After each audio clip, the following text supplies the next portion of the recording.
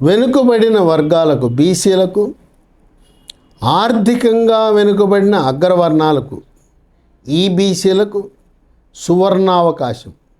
స్వయం ఉపాధిలో గతంలో ప్రభుత్వం సహకరించేటప్పుడు ఏ వ్యక్తి అయితే దరఖాస్తు పెట్టుకున్నాడో, యూనిట్ ప్రారంభించదలుచుకున్నాడో అతను కొంత పెట్టుబడి పెట్టవలసిన అవసరం ఉంది. దాన్ని పూర్తిగా సడలించి 50% పెట్టుబడి ఆంధ్రప్రదేశ్ రాష్ట్ర ప్రభుత్వ నిధులతో రాయితీగా ఇస్తున్నారు. మిగిలిన 50% బ్యాంకుల నుంచి రాయితీపై వడ్డీతో ఇప్పిస్తున్నారు. ఇది కూడా బ్యాంకులు రుణాలు ఇప్పించే బాధ్యతను కూడా రాష్ట్ర ప్రభుత్వమే భుజస్కంధాలపై వేసుకుంది. ఇది గతంలో ఎన్నడూ జరగల. ఎంతో కొంత ఒక 20%, 25% ఎవరైతే స్వయం ఉపాధి పథకానికి దరఖాస్తు పెట్టుకున్నారో వాళ్ళని పెట్టమనేవారు. ఈ నూతన పథకంలో బీసీలకు 900 కోట్ల రూపాయలు అందుబాటులో ఉన్నాయి. ఈబీసీలకు, అగ్రవర్ణాల్లో పేదలకు 400 కోట్ల రూపాయలు ఉన్నాయి. దీనివల్ల 1,30,000 మంది బీసీ కులాలు, 60,000 మంది అగ్రవర్ణాల్లో పేదలు లబ్ధి పొందబోతున్నారు. ఈ పథకానికి దరఖాస్తు పెట్టుకోవటానికి ఆన్లైన్లోనే పెట్టుకోవచ్చు. ఇది ప్రస్తుతం 20 జనవరి 25 నుంచి ప్రారంభించి 10 రోజుల్లో పూర్తి చేయవలసిగా దరఖాస్తుల ప్రక్రియకి ప్రభుత్వం ఆదేశాలు ఇచ్చింది. ఈ ఆన్లైన్లో మనం సొంతంగానే పెట్టుకోవచ్చు, లేదా గ్రామ వార్డు సచివాలయాలకు వెళ్ళి దరఖాస్తు పెట్టుకోవాలి. దేంట్లో దరఖాస్తు పెట్టాలి? దానికి ఒక పోర్టల్ ఏర్పాటు చేశారు. Online beneficiary monitoring and management system, OBMMS.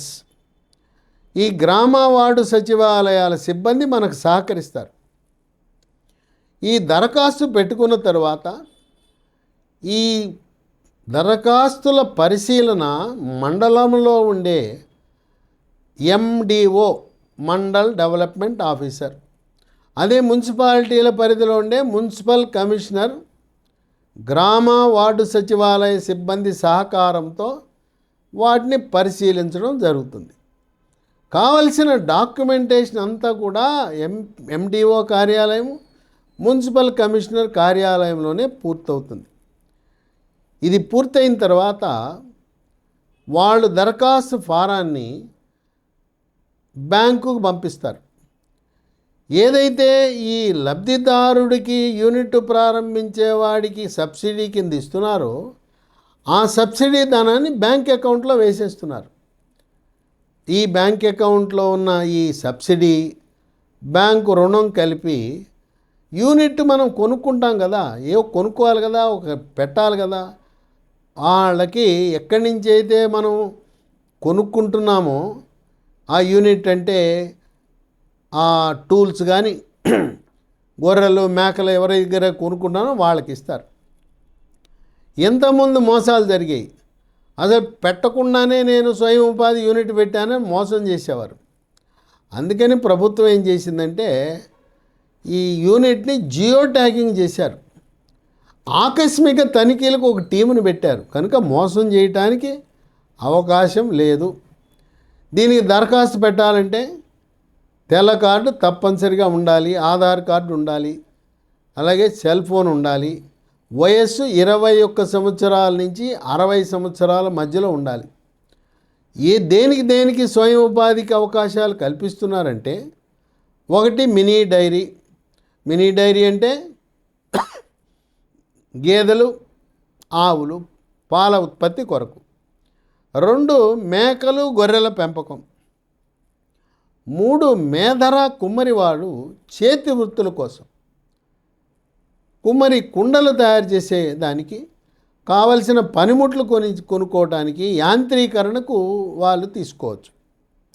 ఇక 4 వడ్రంగులు. ఏదో పాతకాలంలో చేత్తో చెక్కకుండా ఇప్పుడు అన్నీ కూడా కరెంటు వస్తువులు వచ్చేసినాయి. వడ్రంగులు ఆధునిక పనిముట్లు కొనుగోలు చేయటానికి.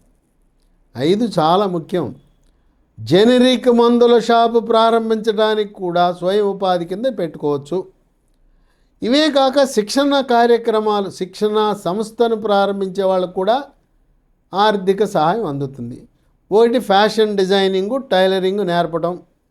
2 ఈవెంట్ మేనేజ్మెంట్ మీద శిక్షణ. 3వది టూరిజం, అతిథ్య రంగం, పర్యాటక రంగం. ఈ టూరిజంకు సంబంధించిన శిక్షణ కార్యక్రమాలు చేసేవాళ్ళకు కూడా ఇస్తారు. ఎంత ఇస్తారు ఆర్థిక సహాయం అంటే 2 లక్షల నుంచి 5 లక్షల వరకు ఆర్థిక సహాయం. ఒకవేళ 5 లక్షలు యూనిట్ పెట్టాం, 2.5 లక్షలు ప్రభుత్వం సబ్సిడీగా ఇస్తుంది, 2.5 లక్షలు బ్యాంకు లోనుగా ఇస్తుంది. కొంతమంది బ్యాంకుల దగ్గర తీసుకున్నాం, సబ్సిడీ తీసుకుందాం, కట్టకుందామనే ఆలోచనలు ఉంటారేమో.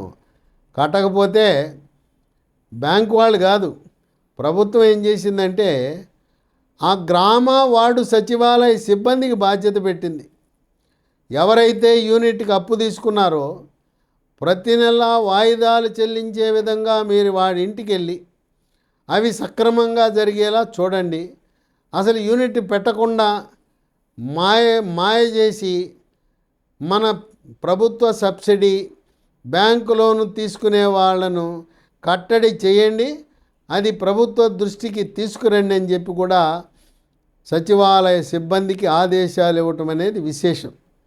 ఎన్నడూ లేని విధంగా ఆంధ్రప్రదేశ్ రాష్ట్ర చరిత్రలో అసలు ఏ కులానికి కూడా ఆ పెట్టుకునే వ్యక్తి తన వంతు పెట్టుబడి లేకుండా పూర్తిగా సబ్సిడీ బ్యాంకు లోన్తో పథకం నిర్వహించడం అనేది చరిత్ర. నభూతో నభవిష్యత్ అనే విధంగా చంద్రబాబు నాయుడు సూచనల మేరకు బీసీల పార్టీ తెలుగుదేశం పార్టీ, అందువల్ల ఇప్పుడు బీసీలతో ప్రారంభమైంది, ఇతర కులాలకు కూడా వర్తిస్తారు, ఎస్సీలకి, ఎస్టీలకు, మైనారిటీలకు. ఎందుకంటే బీసీలకు ఇచ్చినప్పుడు మిగతా కులాలకు కూడా వాళ్ళ సొంత పెట్టుబడి లేకుండా స్వయం ఉపాధి కింద ఇలాంటి కార్యక్రమం నిర్వహించాలని చంద్రబాబు నాయుడు కృతనిశ్చయంతో ఉండటం అనేది విశేషం. ఈ అవకాశాన్ని సద్వినియోగం చేసుకోవటానికి 21 జనవరి నుంచి మొదటి వారం ఫిబ్రవరి 20-25 వరకు ఈ యొక్క ఆన్లైన్ పోర్టల్లో దరఖాస్తు చేసుకుని ఈ యొక్క ప్రయోజనాన్ని సద్వినియోగం చేసుకుని స్వయం ఉపాధి ద్వారా ఆర్థికంగా అభివృద్ధి చెందాలని ఆకాంక్షిస్తున్నారు మన ముఖ్యమంత్రి చంద్రబాబు నాయుడు.